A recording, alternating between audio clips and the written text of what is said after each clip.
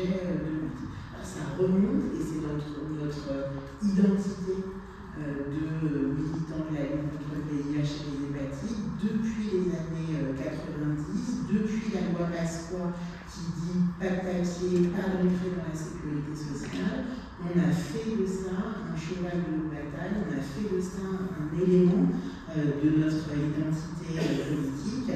Et finalement, on a contribué aussi à faire un objet que le camp en face s'est dit, mais c'est super, on va pouvoir quand même se tabasser ces gauchistes avec cet objet aide médicale d'État.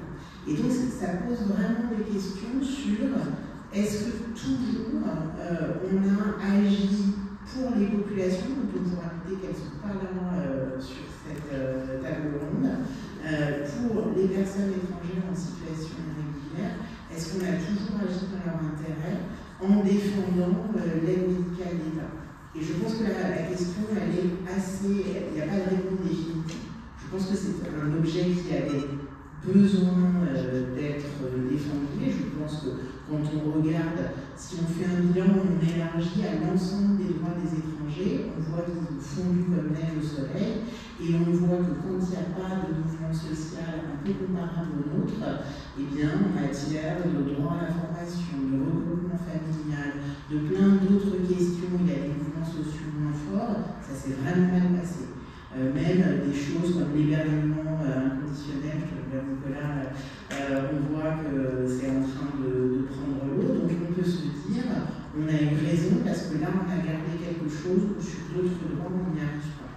Mais d'un autre côté, en enfermant peut-être la question de la santé des immigrés et de la santé des étrangers dans ce cadrage médical d'État, alors même que les personnes en situation irrégulière ne représentent qu'une petite partie des étrangers et encore moins des immigrés vivant en France, en le liant beaucoup à la lutte contre le VIH et donc en créant un peu cette association VIH, étrangers, etc., je pense qu'il y a parfois des fois où on en a peut-être fait un peu trop et on n'a pas mené notre rôle. Et vraiment là, je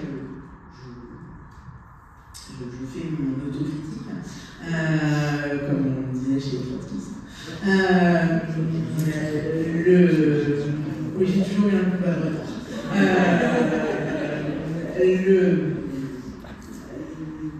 Vraiment, la question, c'est pourquoi on n'a jamais réussi à parler de la santé des immigrés en France. Pourquoi on n'a jamais réussi à faire le lien avec la question centrale de la santé au travail. Qu'est-ce qui fait que les immigrés vont de moins en moins bien au fil de leurs années en France? C'est lié aux conditions de logement, c'est lié aux conditions de travail, c'est lié aux maladies chroniques. On avait beaucoup plus de ponts. Si on avait pensé politique et pas épidémiologie, on avait beaucoup plus de ponts à faire avec ceux qui travaillent sur les maladies chroniques que ceux qui travaillent sur les pures questions d'immigration.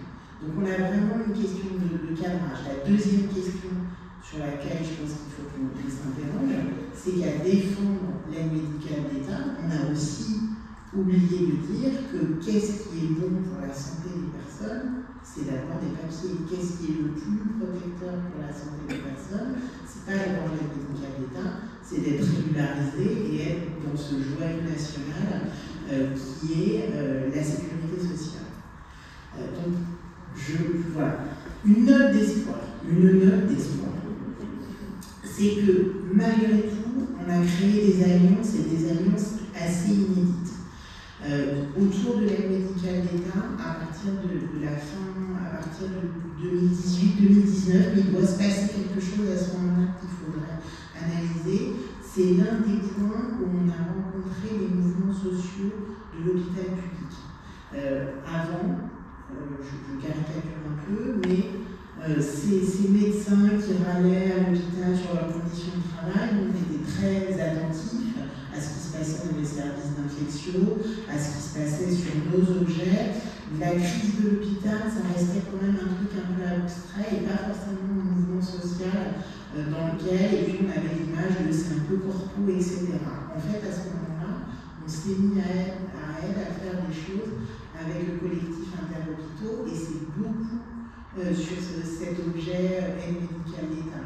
Et je pense que ces alliances, elles nous ont permis de faire ce dézoomage, et pourtant on a réussi in extremis, je pense, à éviter une réforme catastrophique de l'aide médicale d'État, parce qu'on a eu, et là je pense qu'on a eu l'intelligence tactique, il y a un an, de se dire, pour une fois, on ne va pas faire une campagne médicale d'État, VIH, MDM, etc., où on va activer toutes ces associations qui, en fait, c'est des vrais salles de mouvement, on ne sait pas s'en défaire.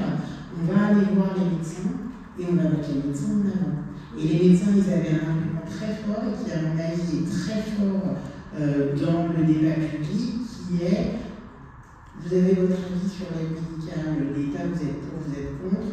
Nous, on vous dit que ça va encore dégrader les conditions pour vous recevoir à l'hôpital public et que ça va déstabiliser l'hôpital public.